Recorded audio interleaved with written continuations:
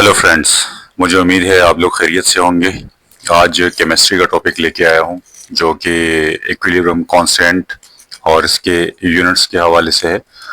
तो equilibrium constant को study करेंगे और इसके यूनिट्स और साथ में कुछ एग्जांपल्स जो कि बेसिकली न्यूमेरिकल है उसको सॉल्व करने की कोशिश करेंगे। तो कैसी का जो इक्विलिब्रियम कांस्टेंट है, बेसिकली यूनिट्स क्या होता है, ये सारी चीजें समझने के लिए आप लोग वीडियो को गौर से देख लीजिएगा और समझने की कोशिश कर लीजिएगा। तो आइए अपने वीडियो का आगाज करते हैं। इससे पहले हमने केमिकल इक्विलिब्रियम को स्टडी किया हुआ है और उस पे हमने वीडियो बनाई हुई है। उसके बाद उसमें हमने different types of chemical reaction, reversible reaction हो गए, इरिवर्सिबल रिएक्शन हो गए। उसके बाद हमने लॉ ऑफ मास एक्शन पे एक वीडियो बनाई हुई है।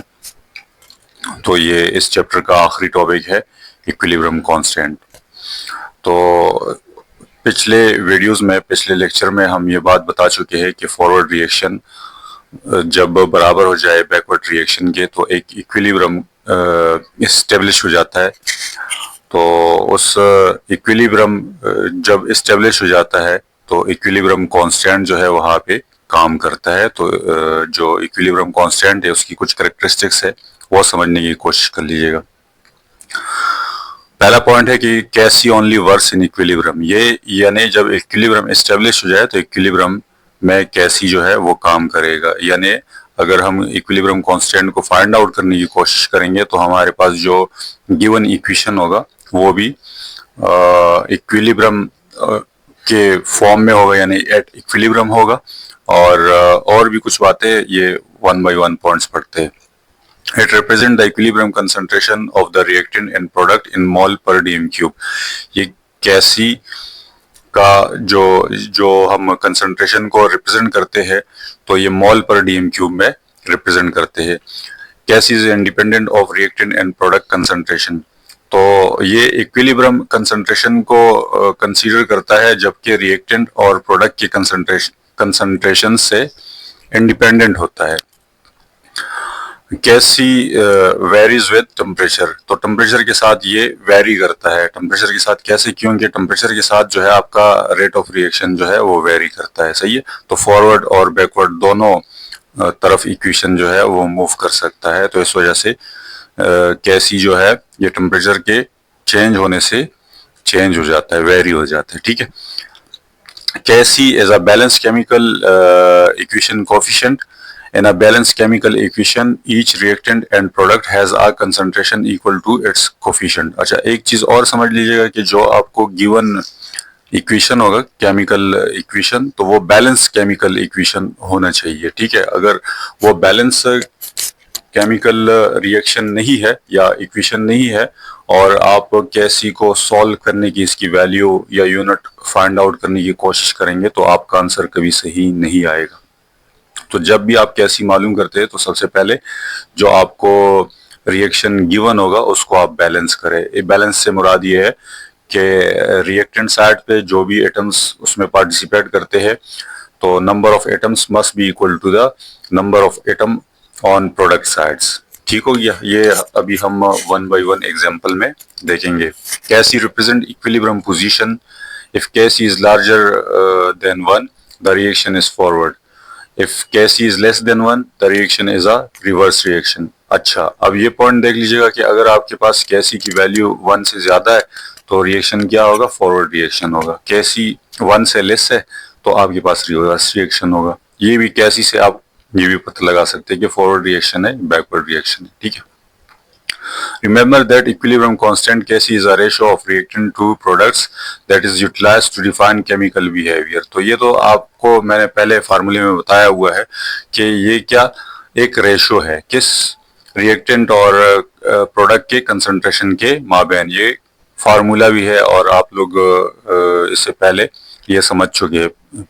पिछले वीडियोस में मैं एक्सप्लेन कर चुका हूं। अगर किसी ने पिछले वीडियोस नहीं देखी है तो वो वीडियोस भी देख लीजिएगा, आपको कंसेप्ट और भी क्लियर हो जाएगा। तो चले आगे बढ़ते हैं। अब ये देखिए, जैसे मैंने आपको बताया it equilibrium rate of forward reaction is equal to rate of backward reaction. ठीक है। एक एग्जांपल ले लेते हैं।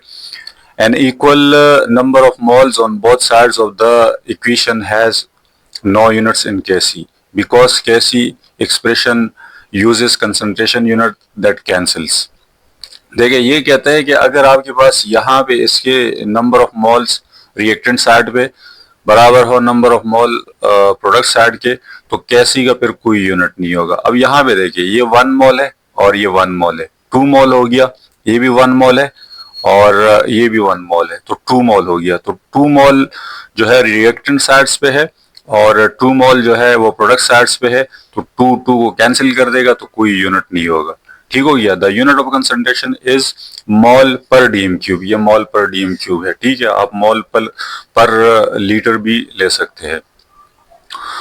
Consider a reaction, carbon dioxide जब हाइड्रोजन के साथ रिएक्शन करता है तो कार्बन मोनोऑक्साइड बनता है और H2O बनता है। इस रिएक्शन को देखें, अगर हम Kc की फॉर्म में लिखे तो हम क्या करते हैं कि ऊपर जो है प्रोडक्ट के कंसंट्रेशन लिखते हैं, ये जो लार्ज ब्रैकेट है ना, लार्ज ब्रैकेट जो आपको नजर आ रहा है, ये कंसंट्रेशन को रिप्रेजेंट करता है। ठीक है, और ये आपका H2O हो गया। सही है, ये हमने लिखा प्रोडक्ट, कंसंट्रेशन ऑफ प्रोडक्ट, और ये कंसंट्रेशन ऑफ रिएक्टेंट्स, ये आपने लिख दिया। सही है, अब इसकी आप यूनिट यहाँ पे पुट करें तो मोल पर डीएम क्यूब, मोल पर डीएम क्यूब। इसी तरह इसकी यूनिट मोल पर डीएम क्यूब, मोल पर डीएम क्यूब। तो ये मोल पर डीएम क्यूब इसको कैंसिल करेगा, ये इसको कैंसिल करेगा, तो कैसी का क्या यूनिट होगा? कैसी का कोई यूनिट नहीं होगा। तो यहां से हमें इस बात का पता चलता है कि जब आपके पास number of moles on reactant side equal to number of moles on product side, तो आपके पास कैसी का यूनिट नहीं होगा, नो यूनिट। ठीक है, अब अगर ये इक्वल ना हो तो फिर यूनिट, इस कैसी का यूनिट क्या होगा वो भी आप देख लीजिएगा। ये एक और हमारे पास एग्जांपल है, for reaction when the number of moles of reactants and products are not equal, Kc has a unit, let's consider the following reaction. ठीक है, तो ये कहते हैं कि जब हमारे पास रिएक्टेंट साइड पे जो नंबर ऑफ मोल होते हैं वो अगर प्रोडक्ट साइड पे इक्वल ना हो तो फिर आपके पास कैसी का यूनिट आएगा। सही है, अब यहाँ पे देखे, यहाँ पे 1 मोल है और यहाँ पे 3 मोल है, इज इक्वल टू 4 मोल, और इस साइड पे ये आपका रिएक्टेंट साइड है, तो रिएक्टेंट साइड पे 4 मोल है और प्रोडक्ट साइड पे 2 मोल है, ये देखिए 2। ठीक है, ये जो मैं मोल कह रहा हूँ ना, तो इसको कोफिशिएंट को ऐड कर रहा हूँ और ये आपके पास नंबर ऑफ मोल बनेंगे। ठीक है, तो ये इस साइड पे आपके पास 2 मोल है। तो अब देख लीजिएगा यहाँ पे total mole, number of moles जो है कितना बन रहा है, 4 बन रहा है, यहाँ पे 2 है। तो अब आपके पास चूंकि ये दोनों इक्वल नहीं है, 4 इज नॉट इक्वल टू 2, तो अब आपके पास कैसी का यूनिट आएगा। वो यूनिट क्या आएगा, कैसे आएगा, ये देख लीजिएगा। ठीक है, तो पहले हम इसको कंसंट्रेशन फॉर्म में लिखते हैं, Kc is equal to product का कंसंट्रेशन और रिएक्टेंट्स का कंसंट्रेशन। अब यहाँ पे देखिए, चूंकि ये जो है ना, ये इसके ऊपर पावर में आ जाता है, इसका जो कोफिशिएंट होता है ना वो पावर में हम लिखते हैं। इसी तरह नाइट्रोजन का पावर 1 है तो यहाँ पे कुछ भी नहीं है। हाइड्रोजन का पावर 3 है, सॉरी हाइड्रोजन का नंबर ऑफ मोल 3 है, तो ये जो है ना, ये कोफिशिएंट ये पावर में चला जाता है, तो ये हमने पावर में लिख दिया। अब देखिए, अब हम क्या करते हैं, अब हम इसकी यूनिट डालते हैं। सही है, तो जैसे मैंने आपको मैंने वीडियो के स्टार्ट में बता दिया कि इसका जो यूनिट है वो मोल पर डीएम क्यूब है, तो ये हमने मोल पर डीएम क्यूब लिख लिया। ठीक है, और ये इसके ऊपर स्क्वायर आ गया। ठीक हो गया। इसी तरह इसका मोल पर डीएम क्यूब है और इसका भी मोल पर डीएम क्यूब है। यहाँ इसके ऊपर पावर 3 है तो ये 3 हमने लिख लिया। अब यहाँ पे आप एक चीज समझ लीजिएगा, वो चीज क्या है, वो चीज ये है कि अब अगर आप देखें तो यहाँ पे जैसे आपके पास मोल पर डीएम क्यूब 2 है, यहाँ पे आपके पास टोटल मोल पर डीएम क्यूब जो है ना, ये 4 बन रहे हैं। 4 कैसे बन रहे हैं, एक ये है और एक ये है, तो ये दोनों सम हो गए 4 बन जाएगा। सही है, तो इसका मतलब ये हुआ कि ये 2 कैंसिल हो जाएगा, इस 2 को कैंसिल करेगा, आपके पास ओवरऑल जो बचेगा ना तो वो 2 बचेगा। सही है, यहाँ पे आप, मैं दोबारा बता देता हूँ कि ये 2 है, यहाँ पे देखिए यहाँ पे कितना बनेगा, 4 बनेगा। ये 4 कैसे बनेगा, 1 ये है और 3 ये है, तो ये 1 और 3 जो है ना ये ऐड हो जाएंगे। सही है, आपको पावर ऑफ प्रोडक्ट रूल का पता है ना। पावर ऑफ प्रोडक्ट रूल में क्या होता है कि जब बेस आपके मल्टीप्लाई हो रहे हो तो उनकी पावर जो है ना वो एड अप हो जाते हैं, तो 1 + 3 = 4, तो ये 4 हो जाएगा, ऊपर 2 है तो 2 2 को कैंसिल कर देगा और 2 रह जाएगा, सही है। तो आपके पास 2 बाकी बचा। अब क्या होगा कि ये 2 जो है ना, ये इसके ऊपर भी पावर है और ये इसके ऊपर भी पावर है, तो इसके ऊपर आ जाएगा 2, और ये इसके साथ जब पावर के ऊपर पावर हो तो सिंपली मल्टीप्लाई हो जाते हैं, तो 2 3 = 6, तो ये मॉल स्क्वायर हो जाएगा और DM-6 हो जाएगा। अब हम जब इसको ऊपर लेके जाते हैं तो ये मॉल स्क्वायर जो है ना, मॉल -2 हो जाएगा, यानी ये पावर जो है ना -2 में चला जाएगा। ये यहाँ पे -6 में है, जब ये ऊपर चला जाएगा तो ये DM-6 हो जाएगा। तो अब आपके पास जो केसी का यूनिट बनता है वो ये यूनिट है। ठीक हो गया। तो अब हमने यहाँ तक जो बातें मतलब समझी और जो बातें एक्सप्लेन हुई वो ये है कि अगर आपके पास एक केमिकल रिएक्शन और balance chemical reaction, number of mole जो है ना रिएक्टेंट साइड पे ये बराबर हो number of mole of product side पे, तो आपके पास केसी का यूनिट नहीं होगा। जब ये बराबर ना हो तो फिर जो है आपके पास केसी का यूनिट आएगा, वो यूनिट कुछ भी हो सकता है, सही है। वो मोल पर DM³ भी हो सकता है, वो मोल जो है ना पावर में भी हो सकता है, यानी प्लस में भी हो सकता है, पावर माइनस में भी हो सकता है। मोल भी यहाँ पे माइनस में है, तो ऐसा आपके पास एक केमिकल रिएक्शन हो सकता है कि मोल आपके पास प्लस में हो और DM³ जो है ना वो नीचे हो, माइनस में हो। ठीक है, तो ये इन चीजों के ऊपर डिपेंड कर लेता है। ठीक हो गया। तो मुझे उम्मीद है कि ये भी आप लोगों को समझ आ गया होगा। चले एक और एग्जांपल ले लेते हैं। अच्छा, इस एग्जांपल में हम क्या करते हैं, हम यानी न्यूमेरिकल को सॉल्व करेंगे। ठीक है, तो कौन सा न्यूमेरिकल है तो ये भी आप देख लीजिएगा। तो यहाँ पे कहते हैं कि equilibrium occurs when nitrogen monoxide gas reacts with oxygen gas to form nitrogen dioxide, nitrogen dioxide gas. तो जब नाइट्रोजन ऑक्साइड, ये नाइट्रोजन ऑक्साइड है, ये रिएक्शन करता है ऑक्सीजन गैस के साथ, सही है, तो इससे नाइट्रोजन डाइऑक्साइड बन जाता है। ठीक है, at equilibrium at 230 degree centigrade the concentration are measured to be, NO का कंसंट्रेशन क्या होगा, ये आपके पास 0.0542 मोल होगा, मोल पर DM³। ठीक है, ऑक्सीजन का कंसंट्रेशन कितना होगा, 0.127 मोल पर DM³ और NO2 का ये कितना होगा, 15.5 मोल पर DM³। Calculate the equilibrium constant at this temperature. तो ये बिल्कुल आसान है, आप इक्विलिब्रियम कांस्टेंट लिख सकते हैं। ये देखिए, ये इक्विलिब्रियम कांस्टेंट आप लिख के, जैसे मैंने आपको पहले भी बताया हुआ है कि सबसे पहले आप बैलेंस केमिकल इक्वेशन लिख के, मैं फिर से बता रहा हूं कि अगर आपके पास ये इक्वेशन बैलेंस ना हो, आप कोई भी यूनिट मालूम करना चाहते हैं केसी का, या आप कोई न्यूमेरिकल सॉल्व करेंगे, वो आपका हमेशा गलत आएगा जब तक ये बैलेंस ना हो। तो सबसे पहला आपका काम क्या होगा कि अगर आपको कोई इक्वेशन गिवन है तो उसको आप बैलेंस फॉर्म में लेके, ठीक है। तो अब हम क्या करते हैं, पहले इसको हम केसी की फॉर्म में लिखते हैं। ये देखिए, हमने केसी की फॉर्म में किस तरह लिख सकते हैं, ऊपर हम प्रोडक्ट लिखते हैं, तो ये NO2 हमने लिख लिया है। ये 2 जो कोफिशिएंट है ना, मैं फिर से बता रहा हूँ, ये पावर में आता है, सही है। यहाँ इसका कोफिशिएंट क्या है, 2 है, तो यहाँ इसका कोफिशिएंट भी पावर में आएगा। ऑक्सीजन का कोफिशिएंट 1 है, तो 1 को हम पावर में लिखते नहीं है। तो ये हमने इस तरह लिख लिया। अब हम क्या करेंगे, सिंपली ये वैल्यूज यहाँ पे पुट करेंगे, और कुछ नहीं करना। ये वैल्यूज आप यहाँ पे पुट करें और कैलकुलेट करके सॉल्व करें, ठीक है। तो NO2 की क्या वैल्यू है, 15.5, यहाँ पे आ जाएगा 15.5 मोल पर DM³। ठीक हो गया जनाब। इसी तरह आपके पास NO की वैल्यू ये है, ये वैल्यू आप यहाँ पुट करें, और O2 की वैल्यू क्या है, O2 की वैल्यू ये है, ये वैल्यू आप यहाँ पुट करें। यहाँ पुट करने के बाद इसको सॉल्व करें, आपके पास आंसर आ जाएगा। तो ये देखें, ये हमने वैल्यूज पुट करी।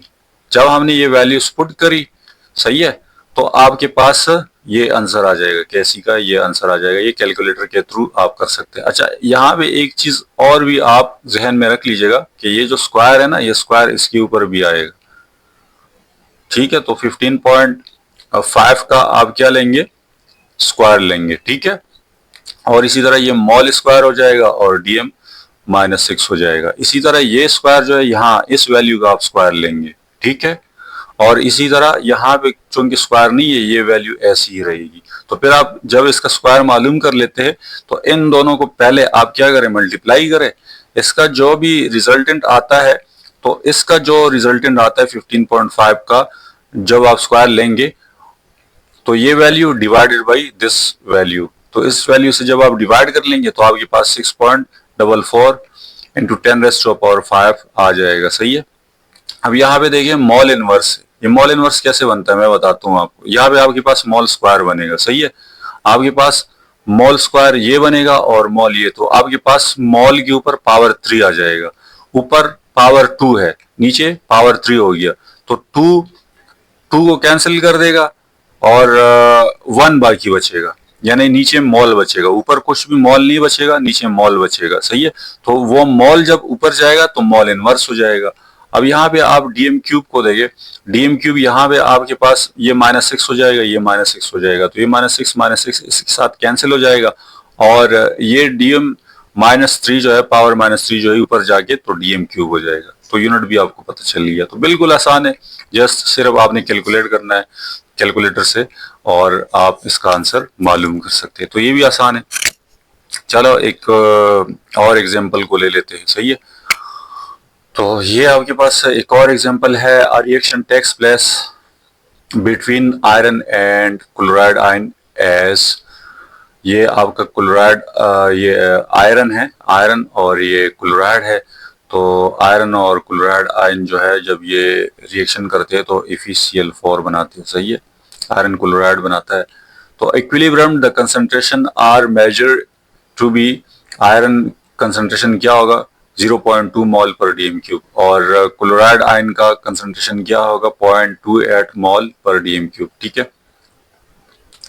और इसी तरह जो आपके पास FeCl4 है, सही है, इस आयन का ये बनेगा 0.9 इंटू 10⁻⁻4 मोल पर dm cube. Calculate equilibrium constant कैसी फॉर गिवन रिएक्शन, तो कैसी आपने मालूम करना है। तो बहुत सिंपल है। सबसे पहले आप इसको बैलेंस केमिकल इक्वेशन को कंसंट्रेशन फॉर्म में लिख के, तो हम इस तरह लिख सकते हैं, ऊपर आपका प्रोडक्ट आएगा, नीचे आपके रिएक्टेंट आएंगे। अब ये जो वैल्यूज है ना, आप ये वैल्यूज पुट कर देंगे, हमने यहाँ पे वैल्यूज पुट किए। सही है। जब हमने वैल्यूज पुट किए, अब आप इसको सॉल्व करें। जब आप इसको सॉल्व करेंगे तो आपके पास कैसी की वैल्यू आ जाएगी। ठीक है। तो बिल्कुल आसान है, इसमें कोई मसला नहीं है। फिर भी अगर आप लोगों को कोई मसला है या समझ नहीं आया है तो मुझसे पूछ सकते हैं। अच्छा, एक चीज और है जो मैंने यहाँ पे उसका एग्जाम्पल तो नहीं लिया है, लेकिन मैं आपको समझा देता हूँ चूंकि आसान है। अब यहाँ पे देखिए, जैसे हमारे पास जो है ना, यहाँ पे हमारे पास टोटल 4 वैल्यूज है। एक कैसी की वैल्यू है, एक आपके पास ये FeCl4 की वैल्यू है, एक आयरन आयन और एक क्लोराइड आयन, इनकी वैल्यूज है। तो आपके पास टोटल 4 वैल्यूज है। अच्छा, इन टोटल 4 वैल्यूज में अगर आपको कोई भी 3 वैल्यूज मालूम हो तो चौथी वैल्यू आप मालूम कर सकते हैं। ठीक है। तो अब हमने अभी जो एग्जांपल लिए है उसमें हमने कैसी मालूम कर लिया है। सही है। ऐसा हो सकता है कि किसी न्यूमेरिकल में आपको कैसी की वैल्यू दी हो और आपको आपसे बोला जाए कि आप जो है ना आयरन इसका मालूम कर ले, या आप क्लोराइड आयन की कंसंट्रेशन मालूम करें, या आप जो है इसकी कंसंट्रेशन मालूम करें। तो ये आपसे पूछा जा सकता है, आपको सवाल में दिया जा सकता है। यानी अगर आपको फर्ज करें ये कैसी की वैल्यू आ रही है, कैसी की वैल्यू, तो फर्ज करें ये कैसी की वैल्यू आपको दे दे। अच्छा, इसी तरह आपको ये आयरन क्लोराइड जो है इसकी वैल्यू भी आपको दे दे और आपको इस तरह क्लोराइड आयन की भी वैल्यू दे दे और आपको सवाल में कहा जाए कि आप जो ये है Fe यानी आयरन जो है इसका आप कंसंट्रेशन मालूम करें, तो आप कैसे मालूम कर सकते हैं? इसी फार्मूले से मालूम कर सकते हैं। फिर क्या होगा कि आप यहाँ पे वैल्यूज पुट करेंगे, यहाँ वैल्यूज पुट करेंगे, यहाँ वैल्यूज पुट करेंगे। सिंपल ये करें कि इसको यहाँ पे लेके आए और ये यहाँ आ जाएगा। सही है। ये चूंकि यहाँ पे डिवाइड में है तो यहाँ पे आगे ये मल्टीप्लाई में, तो ये यहाँ आ जाएगा और कैसी यहाँ आ जाएगा। वैल्यूज पुट करें, इसका कंसंट्रेशन आपके पास आ जाएगा। ठीक है। मोल पर डीएम क्यूब में। तो ये बात जहन में रख लीजिएगा कि बाज न्यूमेरिकल्स में आपको कैसी की वैल्यू भी दे सकते हैं और इनमें से किसी का भी कंसंट्रेशन आपको आपसे पूछा जा सकता है कि आप ये कंसंट्रेशन मालूम करें। तो ये था आज का वीडियो। मुझे उम्मीद है कि आप लोगों को समझ आ गया होगा। फिर भी अगर कोई मसला है मुझसे कमेंट सेक्शन में पूछ सकते हैं। वीडियो देखने के लिए बहुत शुक्रिया। Take care. अल्लाह हाफिज।